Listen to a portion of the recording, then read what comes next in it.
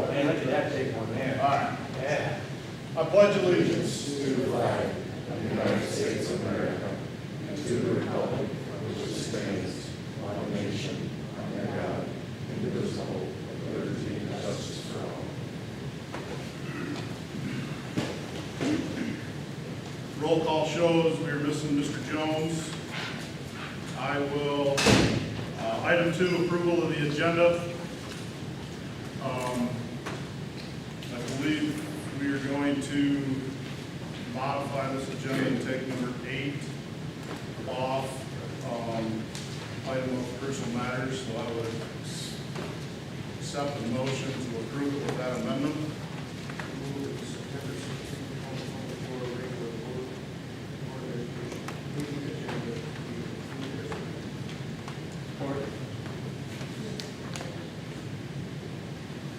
You want to do it as printed or as amended? Okay. I just want to make sure you're good. As amended, Mr. Nash? Support. Any discussion? Roll call vote, Mr. Schiffer? Yes. Yes. Yes. Yes. Yes, motion passes.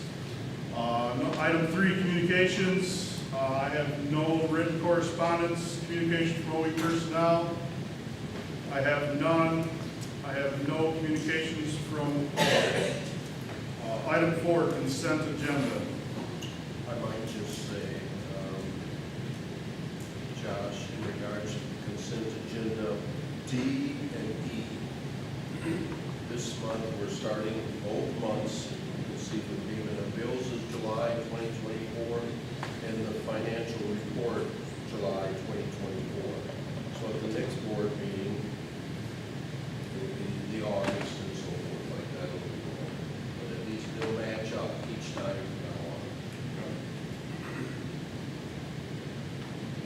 on. Entertain a motion.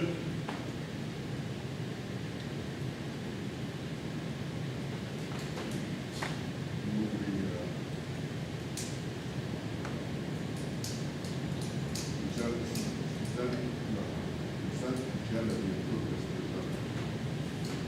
Motion by Mr. Schiffer, Support.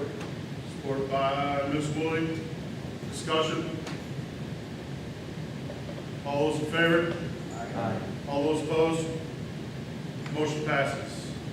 Number 5, Board of Education reports. We're going to start with some opening highlights. Mr. Tokar, Miss Felicia, It's volunteer to me, it's okay. he volunteered you.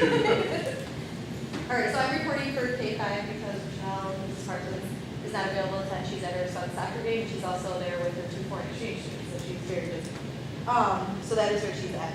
I'm reporting K-5 then. So our school theme this year is Candyland, so it's really exciting. Everything is sweet.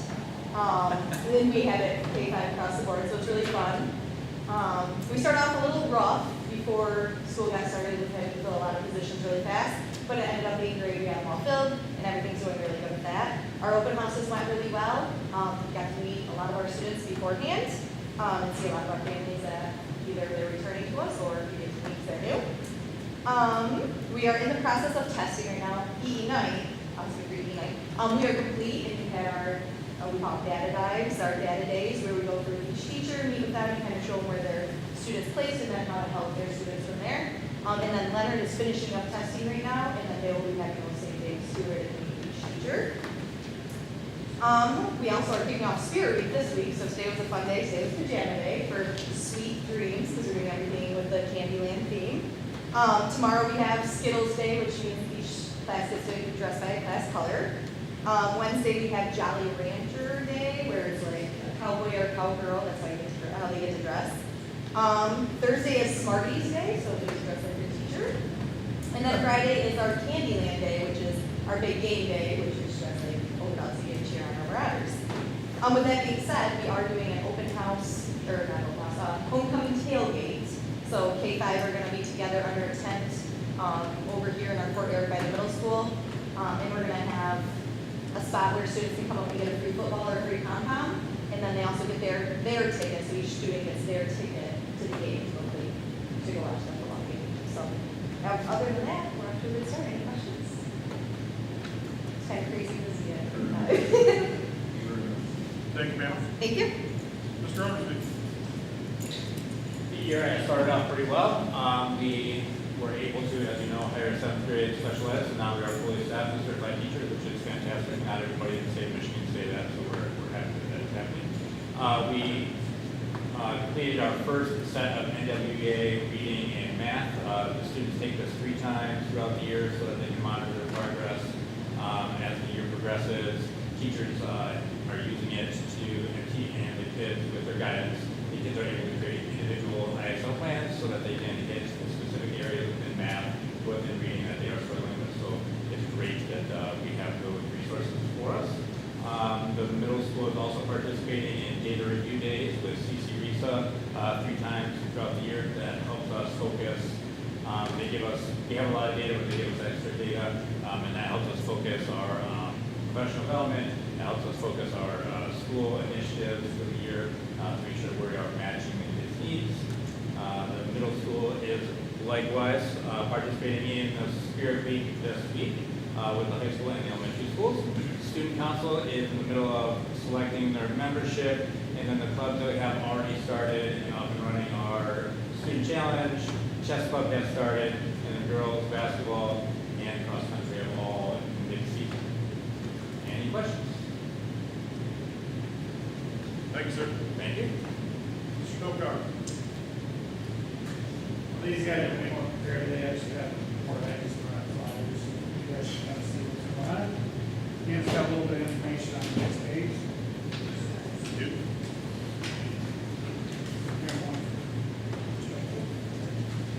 So this week, homecoming week, we kicked it off last night. It was awesome. We're selling T-shirts the rest of the week because juniors, it's going to say on the front, juniors paid the refs, and on the back, seniors paid the clock operator. We're the most hated administration in all of high school powder puff games. It was awesome. 1 point victory for the juniors though, so we ruined senior homecoming already. Everybody is super excited. But anyway, we're changing the format for powder puff next year, so hopefully it won't be quite as dramatic, but I'm sure they'll find reason to be mad at us for something. Anyway, so powder puff was last night. Community events, 5 o'clock homecoming parade this week. 5:30 the hog roast. We got 2 hogs. Our student council in the high school is putting that on. That's free for everybody. It takes donations. You know, our donations typically pays about half of it back, and then we use some money from the powder puff, and then student council takes in a little bit to make sure that kind of keep it going. The alumni fund is going to have that going for a while. The alumni fund started to dip down a little bit, so but we think it's a great thing, a good tradition. We've been doing it for, I believe I've been doing it for the last 8 years. My first 2 years we weren't doing it, but anyway. And then we played Durand at 7, and then we moved our dances to 2-hour dances. One of the things in our league and county principals are talking about shortened dances and things like that. Kids being out really late on a Saturday night. I don't know if you're familiar, but we used to get out 8 to 11. We tried last year kind of going 7 to 10:30. Kids didn't like the early start time. We don't like the late release because then they end up at Applebee's till midnight, and it's just a long, late night for our kids. So we're shrinking that up a little bit on the dances. The next thing on the next page is our AP report. That came back really well, really good again this year.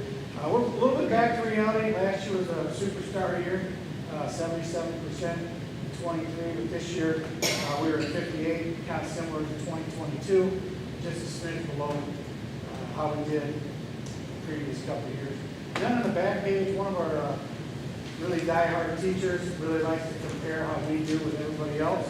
I highlighted Ovid-Elsie, and you'll see we took, in the area, he just took all of the area schools that are kind of familiar to us, either in our county or league, or just familiar schools. You know, we're kind of about 4th best in math, or 5th best in math, 4th best in reading in the area. Quite a bit better than a lot of schools that you know, are in this area, but obviously still a couple schools left to chase, and so we're going to keep kind of plugging away with that. And to do that, we're going to keep focusing on our disciplinary literacy stuff that we started last year, and we're also doing the data review days as well. With that, if you have any questions, feel free to reach out. Just want to give you a little data. I didn't have PSAT results on there. It's a little bit harder to dig through that stuff. We haven't quite gotten all the way through anything on that. Thank you. Dr. Petrolio, Superintendent report? Sure, I've got a couple of things. Crystal's going to, the first item is that I'd like to give you a written update on our board work session that occurred last year on October 30 of 2020.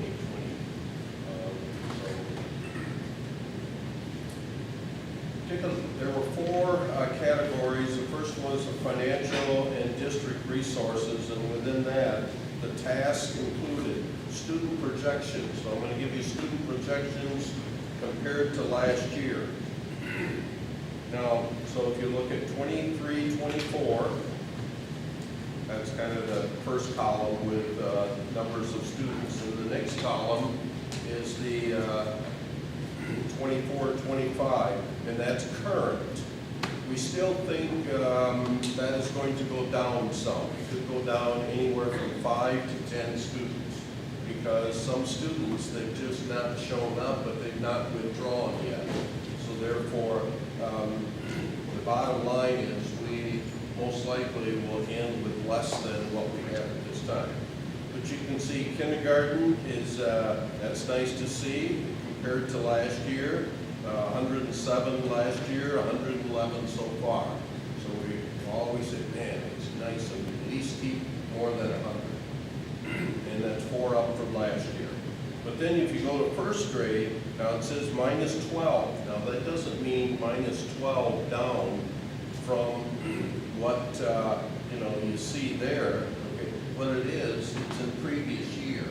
Okay, that's where it's down from. In other words, it's 95 last year, we have 83 this year. So if you go all the way through, you see elementary has an increased enrollment of 22. That's total elementary. Total middle school is down, that's decreasing, down 21 students.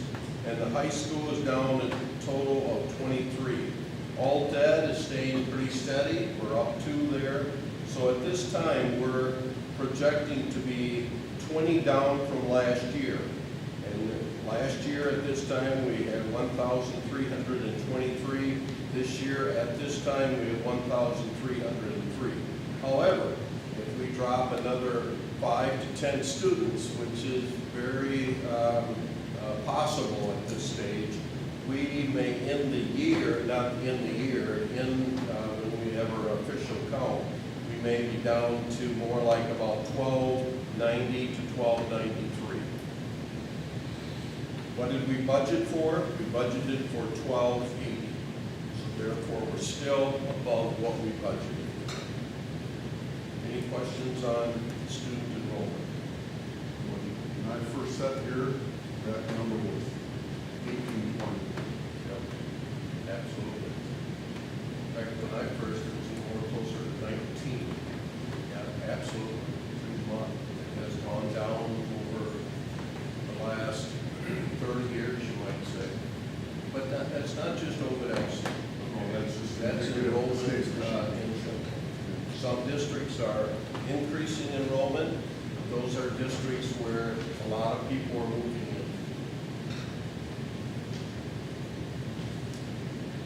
in. All right, continuing on category 1. Number 2 was we have to keep staff right-sizing, because when you're going down in students, you need to right-size your staffing. And this is staffing only for certified teachers. So if you look at elementary 23, 24, and so far for this year, when I say so far, it's going to stay unless we have something different. Okay? But for elementary, we're 1 less elementary teacher. Middle school, we're the same, 0 change. High school, down 2 certified teachers. Alt Ed, down to 0.5. In Alt Ed, we're still advertising. We replace that person will still be down 5 from last year. So therefore, totally, we're looking at 3.5 certified teachers down from last year. The next task item in this category was general operation budget. So for 23-24, that's the past school year, and we are going to have the audit presented from Meg in a little bit, shortly. But for 23-24, the budget has been balanced, okay, with some surplus, and including we have a capital project fund, which we explained back in June and with the finance committee prior to that. 24-25, you know, we're not out of the woods totally, but you just have to be cautious. 24-25, the proposed budget remains real close to be balanced, which the Board of Education also approved each year. Moving to task number 6, that's on page 3. Task number 6 on page 3, business services. That continues to be evaluated very closely. You know, presently we receive services from CC RISA, and that still remains in a transition time period. And so therefore, over the next couple of years, we're going to have to watch that very closely. And I project in the future, Ovid-Elsie will have not services from CC RISA like we presently do. That took place, the first time that took place last year. So I think that transition will be completed sometime in the 25-26 school year, and I anticipate it should be completed by June, the end of that year, June of 2026. Any questions on the first category? Otherwise, I'm going to continue to the next category. Take a look at what the other tasks are. If you do have any questions, feel free to give me a call. We go to the second category, leadership task. Review the responsibility flow chart.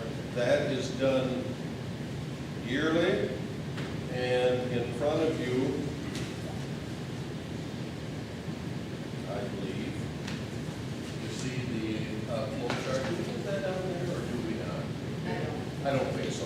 Okay, but you see the flow chart, and therefore, if you look at the flow chart, it starts with the Board of Education at the top, the superintendent, Crystal, the administrative assistant reports directly to the superintendent. The superintendent reports collectively to the Board of Education, and then we have all the different principals. Chris Winter, the athletic director, reports directly to the superintendent, and Davenport does, Carly Dalo, and then the other individuals too. Ben Schuler is our business manager from CC RISA. Melissa, our nurse, Alt-Ed. We changed that. Alt-Ed reports directly to the superintendent this year, even though Brian will be evaluating the administrative in the Alt-Ed program. The reason we did that is just the flow, working through it one year, and we feel that it's going to work better this way. Sean, food service, Cody, and Carla report also directly to the superintendent.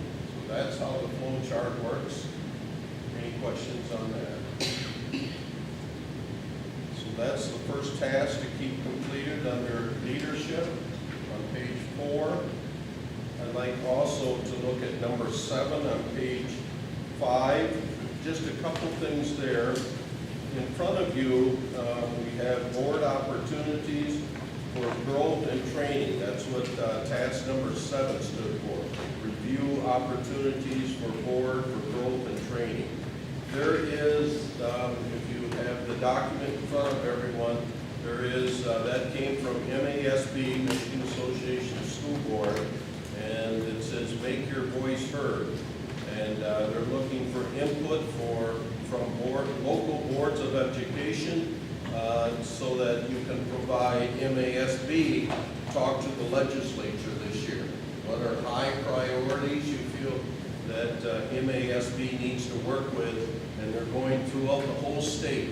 The local, the most local here is going to be at Gratiot, Isabella, and that is going to be in Ithaca, and that's going to be on October 10th from 7 to 8:30 p.m. It'd be nice if we could have a board member or two attend that, and if you are going to attend that, please let me know, and I would get you registered to come for that.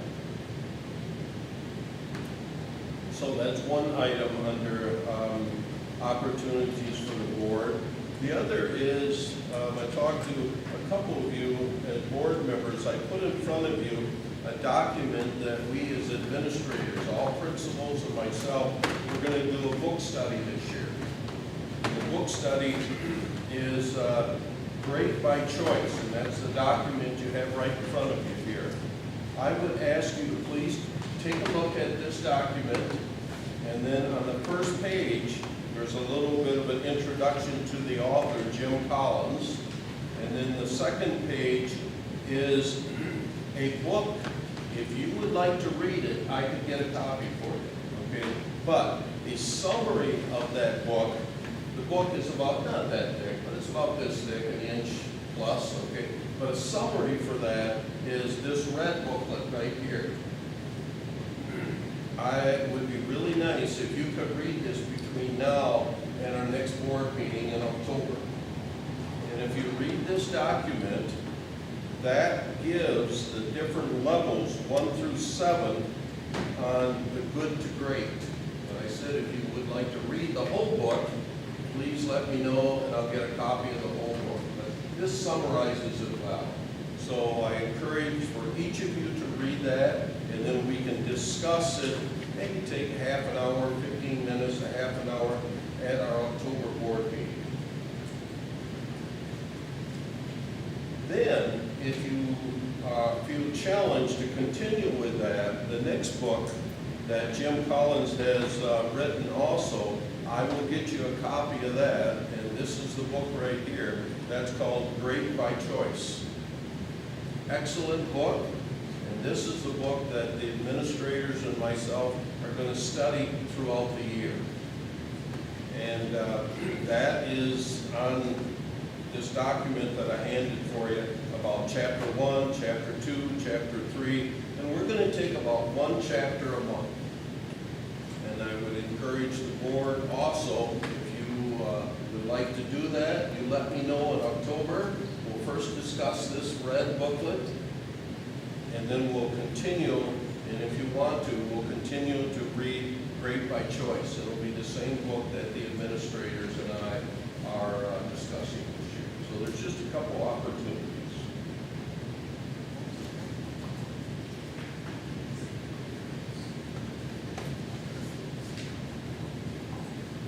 Category 3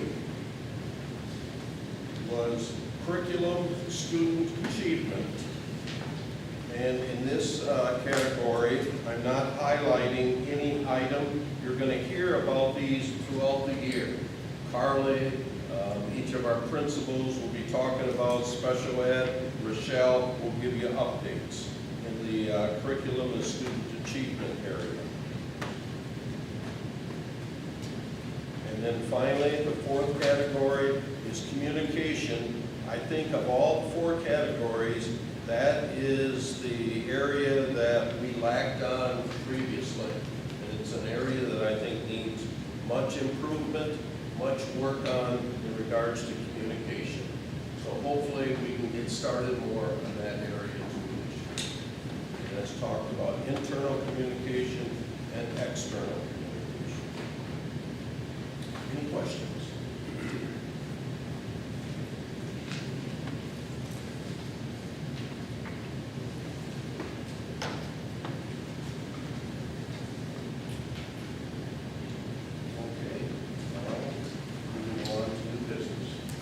Okay. I have no old business. New business number 7, Ovid-Elsie Area Schools 23-24 financial audit. Do I have Meg here from Yo and Yo?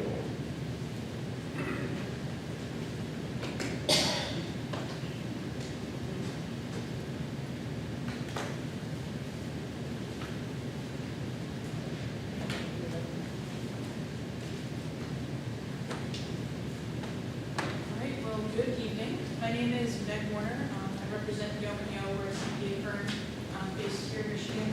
Just to give you a little bit of background, since it's our first year working with Ovid-Elsie. We are headquartered in Saginaw and have 9 offices across the state of Michigan. I'm based out of our Omaha office, so pretty close. And we're also the #1 auditor of K-12 school districts. Total number of audit. So happy to be here to present the audit results. If you have any questions as we go, feel free to interrupt me, but if not, we'll get started.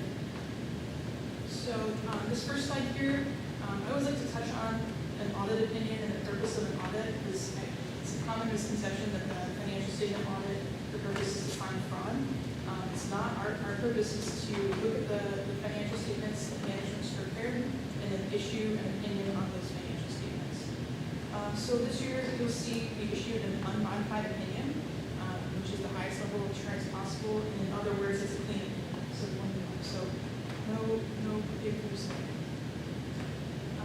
This slide here, we're looking specifically at your general fund and breaking down the revenues by category for the past 5 years. At the end of the year, total revenues were just under $20 million. You can see the biggest category of that is your state revenue sharing, which increased this year.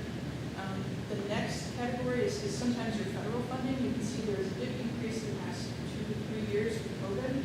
That's dipped back down as the ESSER money was spent, so it's back to its pre-pandemic levels.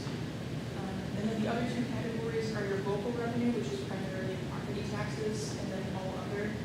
You can see kind of a dip down in the local revenue this year and a dip up in the all other. That was just a reclassification of the 3% PIPS funding, just to better categorize that in accordance with the state's term account. So in total, those revenues stayed about the same compared to your year. That's just a reclassification from one type of revenue to the other. And then on the flip side here, you have general fund expenditures, which were just slightly under revenues for this past year. Your biggest category is construction, which is similar in most districts. You can see a big dip down this year. If you'll remember, last year there was about $2 million spent on our project, so that's why you can see that increase this year. Supporting services stayed relatively the same. And then your other category, which is primarily debt payments, that stayed also the same. It's on track with your debt schedules. And then transfers out $850,000. That was for the capital projects starting this year. So that's why that looks a little bit different than the last year's one-time transaction to get that money to the new fund to account for those projects.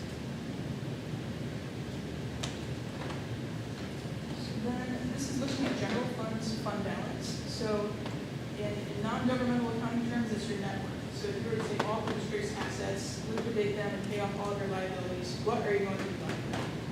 So at the end of 24, the district had about $4.4 million in fund balance, which is that total bar. And then you can see the different color breakdowns. So this darker orange color is non-spendable category. So that's expenses that the district paid for in fiscal year 24 that are expenses in 25. So we just break that out because it's kind of paid your assets, but it's already been spent. So we break that out in a separate category, and then the committed amount is the amount the board committed to pay back the installment purchases for the 25. So again, that portion was spent, so we show that category separately. But overall, your fund balance increased compared to last year. So one of the most common questions we get regarding fund balance is, what should our fund balance be? And one of the best ratios that we've recommended people to track, and the MPE will kind of monitor as well, is your percentage of fund balance to your expenditures. MPE recommends that that stays above 15%, which is that orange line above. And then in the past, you can see this year it's increased up to almost 23%, so well above the 15% state average. And then if you look at the average of other districts in the state compared to the state overall, you're slightly above that average.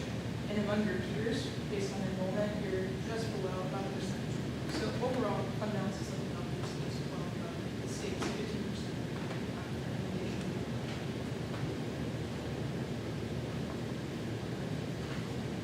The superintendent touched a little bit on enrollment earlier, but this takes your general fund revenues and expenditures as a total of those that enrollment.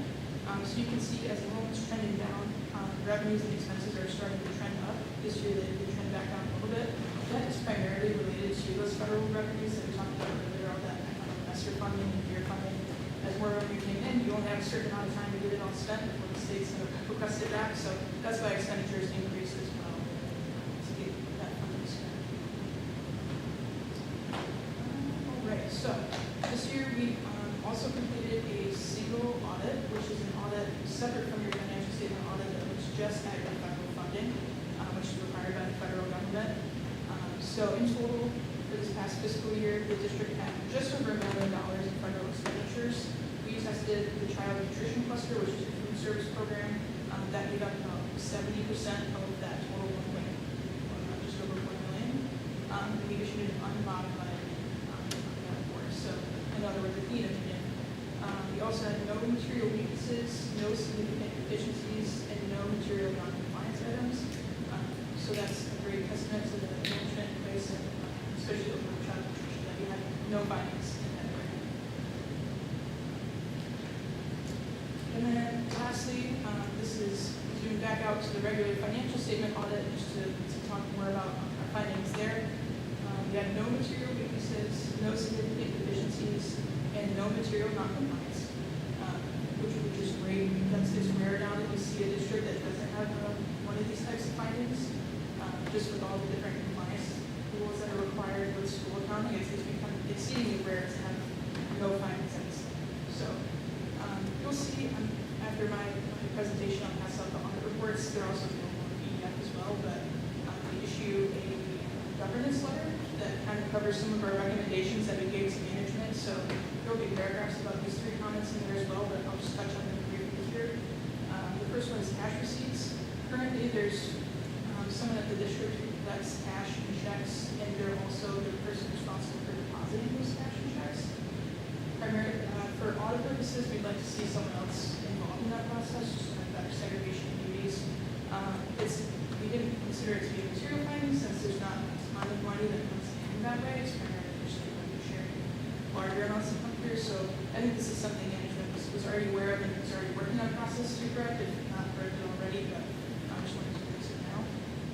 The next comment we had was for written procedures over federal awards. So when you have any money coming from the federal government, they have a huge list of all these different policies that you need. Whether they apply or not, there's this huge policy book that we have in place. The district didn't have a formal policy procedure in place from there, but it was obvious that they were working on it. There was one in place, it's just in school districts, in different school districts name, and they're following all those procedures already. It's just not formally implemented, it's a work in progress. So that's just something we're recommending that is completed by next year, just to be in better compliance with federal requirements. And then lastly, the last comment we had was for net cash resources, which is talking about your food service fund. So this is a repeated comment from last year, but just to remind you, your food service fund kind of operates like a nonprofit. And MPE wants to make sure that you're not billing your students too much for your food service. Because if your fund balance is growing, that's an indicator that you're doing more expenditures. So this is a common comment that we see in most of our districts, because with all the federal money that's come in the last few years, there's been way more revenue in the food service fund, but not as much going on in expenses. So just something we're required to report because it exceeds the level that MPE has, but something that management has a plan in place to continue to spend that. So, lastly, I don't have a slide on it, but something I wanted to touch on. When you read the governance report, there's going to be a paragraph that talks about uncorrected misstatements. Which uncorrected misstatements are pretty much exactly what it sounds like, something that is wrong in this statement, but it wasn't correct. And the reason for that is we talked through them with management, and they are not material to the financial statements, so it's something that doesn't need to be corrected for us to be able to issue an opinion. The reason for those is a lot of times it's more work for us to go back and fix it. So one was related to prior year numbers, and one was related to there's an accounting standard called back in 1996 for software. There's a lot of reporting requirements around that, and since it has no impact on fund balance going forward, it wasn't even necessary to.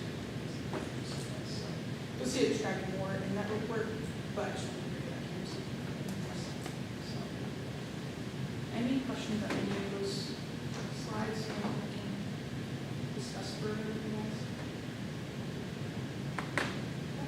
If not, I just want to say thank you to the management team that we work with. Usually in first year audit, and when there's turnover in the business manager position, it's rare for us to not have findings. That's a huge accomplishment. There's a lot of different reporting requirements for schools. It's a tough job. And switching accounting softwares to this year, it's rare that you don't find something in the mix. So I just want to say that's a huge testament to the work that you're doing. So with that, I'm good. Do you have any questions? Thank you, ma'am. Thank you. Okay, you have the audit report itself, you can hand down to each board members.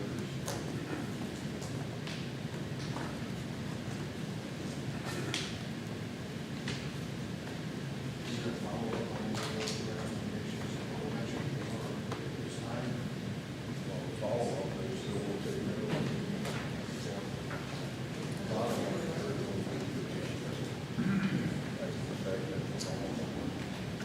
Ways you pointed out that we had changed software programs and personnel, and despite all that, we have cleaned all help, so that's testament to you. It's not easy, because that's a whole lot of dots and Ts. Thank you.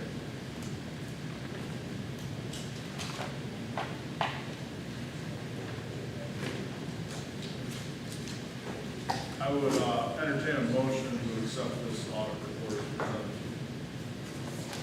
So moved. Got a motion by Mr. Schiffer, support by Dr. Huff. Any further discussion or questions?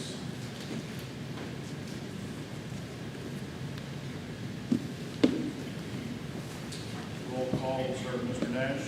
Yes. Yes. Yes. Yes. Yes. Yes, motion passes. Next item, contracts. We have two contracts in your board packet. The first one is for contract for WOES Operations Manager Kevin Summers. Entertain a motion to accept that contract. Board of Education approved contract for this operations manager, Kevin Summers.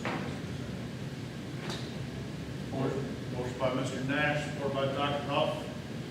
Any comments or questions? I just comment, it's amazing that we have a radio station, we've had it for quite a while. In large part, that's due to Kevin Summers' work, he's been at it for a long time, but also the administration for maintaining that. And I don't want to take it for granted. It's a great program. Any other comments, questions? Mr. Schiffer, roll call vote? Yes. Yes. Yes. Yes. Yes, motion passes. Second contract is for special ed teacher in middle school. Board of Education said contract for the grade as a special education teacher in the school grade September 30th. Motion by Mr. Nash, supported by Ms. Thompson. Discussion? I'm glad that we were able to fill that position. I agree. Mr. Schiffer? Yes. Yes. Yes. Yes. Yes, motion passes. Next item, MMNet merit renewal. Dr. True, you want to explain what that is for us? Sure. IMNet has provided internet service for Ovid-Elsie and 9 other school districts since the mid to early 90s. Locally, you see, Clinton County would be Ovid-Elsie, St. John's, DeWitt, and Clinton County Risa. And then most of the other ones are Gratiot, Isabella. The internet fiber that was put in the mid to late, right around the mid-90s, okay, has extra fiber there that can be used for other things, okay? So therefore, as a result, the Board of Education, we're asking to approve this right here, the IRU. And it is to approve that we as a board for IMNET are allowed to use that extra fiber. It is paid for by the individual company. We've had it evaluated. I'm just one of 10 members on the board, namely Ovid-Elsie, okay? So by the Board of Education and each of our 10 owners of IMNET, we own 1/10 of that fiber. And by approving this, will allow that one strand to be utilized. So that's really what it Is there any revenue? is. Pardon me? Any revenue? Revenue? Oh, yes. Yeah, we don't let it out.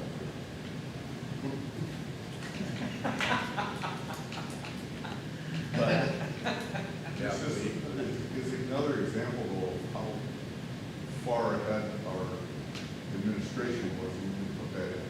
Because it wasn't a big deal then, but man, it has become so for kids in the school.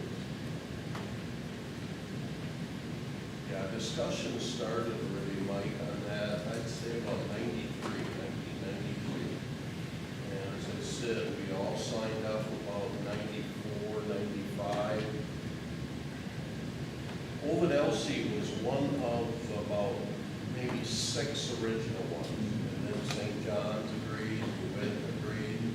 And even other school districts within Clinton County, PW, Fowler, they utilize it too, but they're not an original member. It's just, they can use it, just like Mary said, it's a revenue. The answer is yes. They also use some strands of it. But yeah, way back in the 92 and 93 when we started talking internet. Very far-sighted, it's a good move, I'll say that. Yeah, and the man that really instigated that, he was a superintendent of Gratiot Isabella, his name was Mr. Doug Sass. Wonderful man. We got a few of us together. This is what we do.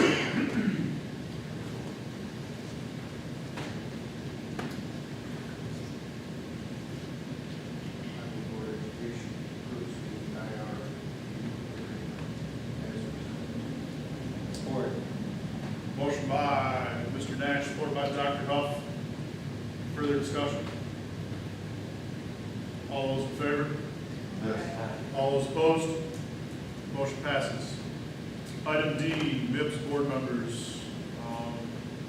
Every couple of years, we have to appoint some board members to that Board of Education. So there's 2 names here that have come to us. So we're going to take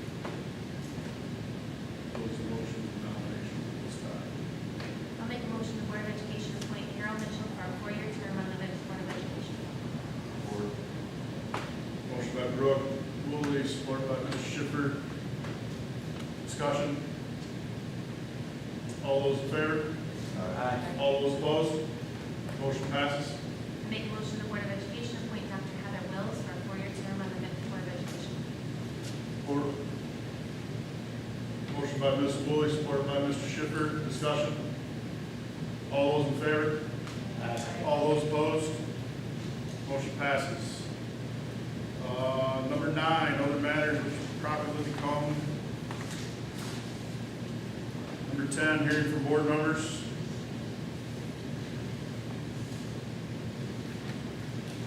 Make a motion to adjourn.